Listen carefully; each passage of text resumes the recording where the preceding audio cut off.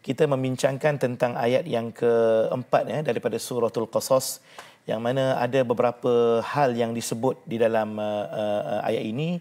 Yang pertama bercerita tentang sifat Firaun yang zalim dan melampaui batas.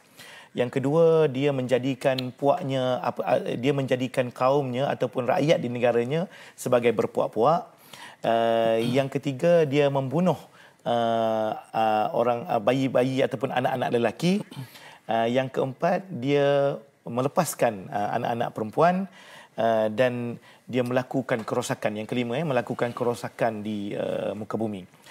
Sidang penonton yang dirahmati Allah sekalian, bercerita tentang Firaun ni pun juga kita kena faham juga.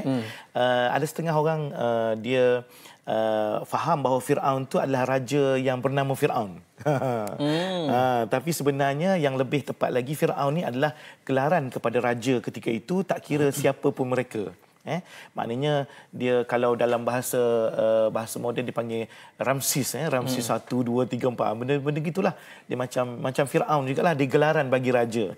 Jadi masih lagi tidak dapat dipastikan bila cerita tentang Firaun yang menentang Nabi Musa ni raja Mesir yang mana satu. So itu perdebatan secara ilmiah lah, kita tak nak sentuh benda tu. Itu boleh rujuk kepada mungkin rancangan Jejak Rasul. Itu cerita lebih mendalam tentang siapakah Firaun itu sebenarnya. Okey. So Firaun ni sebagai raja ketika itu berada di negara Mesir ketika itu, satu saja dia punya matlamat ialah untuk kekal berkuasa sehingga selama-lamanya. Itu dia punya KPI paling tinggi.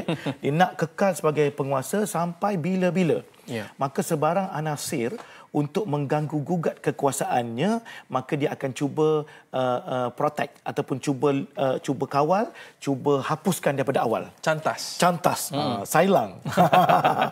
Kan? Ini memang kerja dia. Itu pun perangai orang yang memang gila kuasa memang macam tu.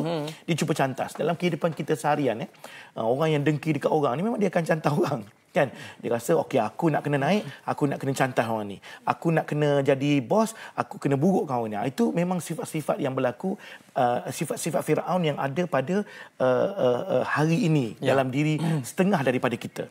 Okey, so di masa hayat Firaun ini, antara benda yang dia buat ialah yang pertamanya, dia memecah belahkan rakyat di negaranya. Kenapa? Ini orang-orang penyokong Manchester United suka lah kan. United we apa? Kita bersatu, kita ni kan. Kalau kita bercerai, kita roboh. Kan?